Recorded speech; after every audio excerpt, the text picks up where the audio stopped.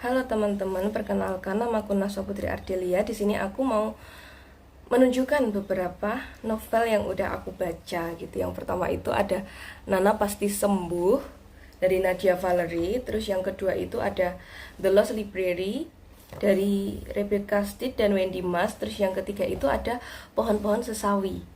Tapi aku nggak punya bukunya. Jadi di sini tuh aku mau mereview satu novel yang menurut aku bagus. Ini tuh judulnya Nana Pasti Sembuh dari Nadia Valery gitu. Sebenarnya novel ini tuh lebih ke novel motivasi gitu ya, motivasi hidup gitu. Karena isinya itu kan berawal dari gadis berusia 23 tahun yang didiagnosa mengalami penyakit kanker, lebih tepatnya itu eh, menderita limfonia agresif gitu ya, yang saat itu tuh usianya masih sangat muda gitu ya. Di sini dia itu juga sangat-sangat berjuang melawan sel kankernya itu. Terus tapi dia tetap semangat karena ada support sistemnya dari keluarga, dari teman ataupun dari pacarnya yang sangat-sangat suportif untuk kesembuhan Nana dan sangat-sangat mengusahakan kesembuhan Nana gitu. Eh, Sebenarnya novel ini tuh menggunakan bahasa yang sederhana, mudah dipahami. Tapi menurut aku ada beberapa kata yang aku soroti yang menurut aku maknanya itu sangat dalam gitu. Meskipun kalau dibilang cantik ya nggak terlalu cantik gitu ya. Maksudnya nggak yang seperti novel-novel lain yang bahasanya bermajas gitu. Ini tuh ada, dan ya, aku percaya Tuhan selalu ada bersamaku, memegang tanganku, menuntun setiap langkahku. Terus yang kedua itu ada, dalam kegelapan kita selalu dapat menemukan terang. Sebenarnya ada lagi. Sebentar, aku cari dulu ya. Ini lanjutan dari, karena dalam kegelapan kita selalu menemukan terang, dan aku tidak mau melihat terang itu sendirian. Cahaya yang bersinar begitu terang sehingga semua bisa melihat bahwa selalu ada harapan bagi mereka yang berjalan bersama dengan Tuhan. Itu menurut aku kata-kata yang sangat mendalam gitu ya, artinya, maknanya gitu.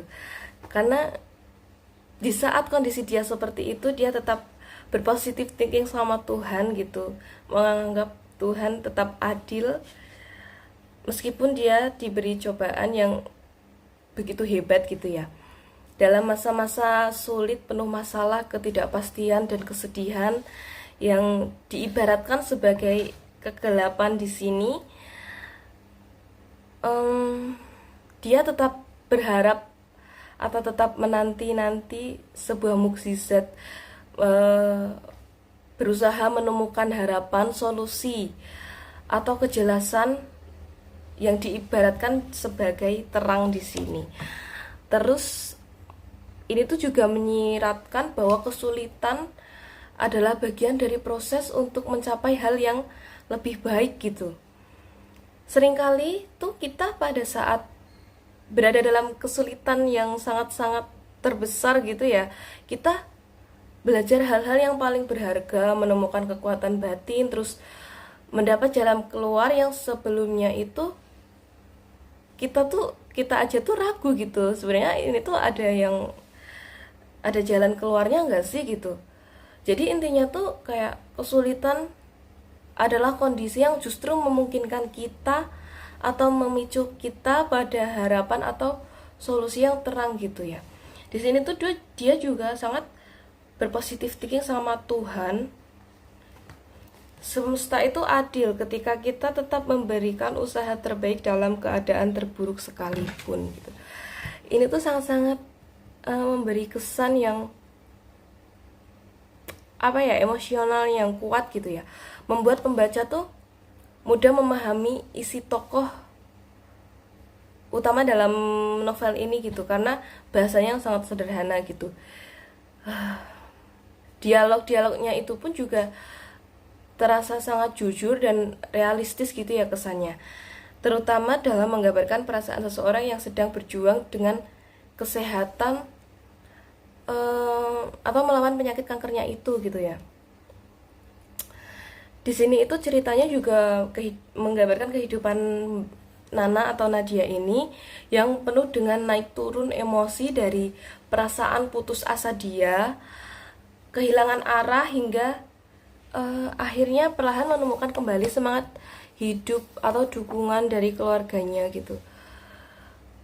Menurut aku ini novel sangat-sangat bagus untuk kita yang sedang terpuruk gitu ya teman-teman, karena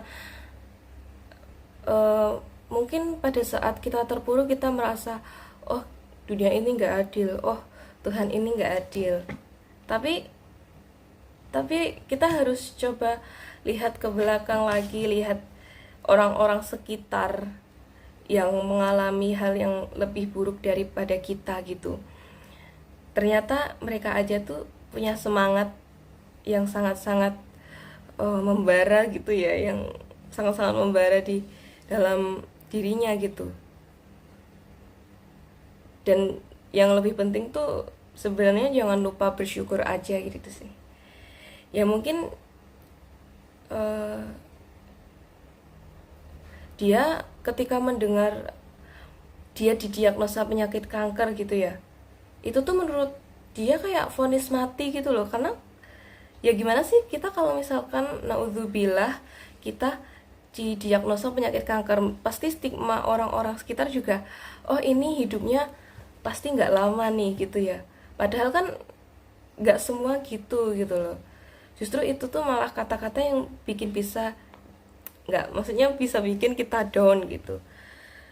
Itu sih dari aku ya, dari Nadia Valery. Ini sangat-sangat memotivasi, apalagi untuk orang-orang yang sedang mengalami hal yang sama dengan dia gitu. Mungkin itu aja. Ini sangat-sangat bagus ya teman-teman. Ini aku juga sedikit agak terharu dengan perjuangan dia gitu. Jadi untuk teman-teman yang mengalami masa-masa kesulitan atau mengalami kegelapan gitu ya, tenang aja, pasti itu ada jalan keluarnya teman-teman. Jadi mungkin segitu aja ya review dari aku tentang novel dari Nadia Valery ini. Terima kasih sudah mendengarkan. Wassalamualaikum warahmatullahi wabarakatuh. Bye bye.